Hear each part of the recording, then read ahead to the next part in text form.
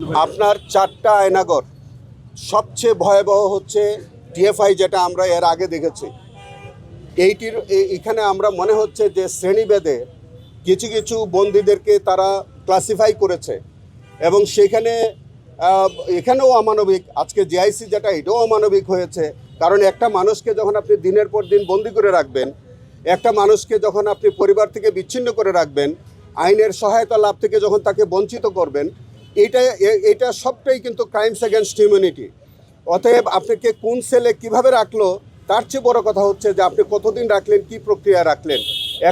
একটা নাগরিককে যখন আপনি আইন থেকে বঞ্চিত করছেন, তার পরিবার থেকে বঞ্চিত করছেন, লিগ্যাল ডিফেন্স থেকে যখন বঞ্চিত করছেন, এইটাই হচ্ছে ক্রাইমস এগেনস্ট হিউম্যানিটি।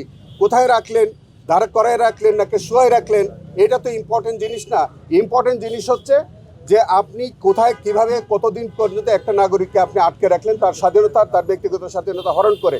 একটা জিনিস আপনাদেরকে বুঝতে হবে, আজকের যে আইসিটি আপনি দেখেছেন, সেখানেও কিন্তু দেখবেন যে তাদেরকে যাতে তাদের সাউন্ড প্রুফ থাকে, রুমটা যাতে সাউন্ড প্রুফ থাকে, যাতে তাদের কোনো কান্নার আওয়াজ যাতে বাইরে যেতে না পারে, সেই কারণে তাদের একজস্ট ফ্যান, ভারী একজস্ট ফ্যান, এবং কোনো জানালা নাই, দরজা নাই, কিচ্ছু নাই, এরকম একটি প্রকোষ্ঠের মধ্যে, অন্ধকার প্রকোষ্ঠের মধ্যে তাদেরকে রাখা হয়েছে।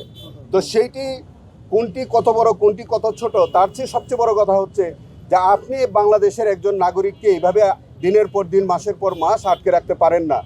দেশে আইনের, প্রচলিত আইন অনুযায়ী আপনাকে 24 ঘন্টার বেশি একটা নাগরিককে কোনো আইন শৃঙ্খলা রক্ষাকারী বাহিনী আটকে রাখতে পারে না।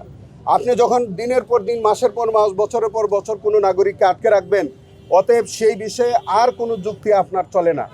আপনি এই ব্যাখ্যা আপনাকে তৎকালীন সরকার প্রধান শেখ হাসিনা সহ যারা তৎকালীন রাষ্ট্র পরিচালনা করেছে, প্রত্যেক নাগরিককে তাদেরকে এটার জবাব দিতে হবে।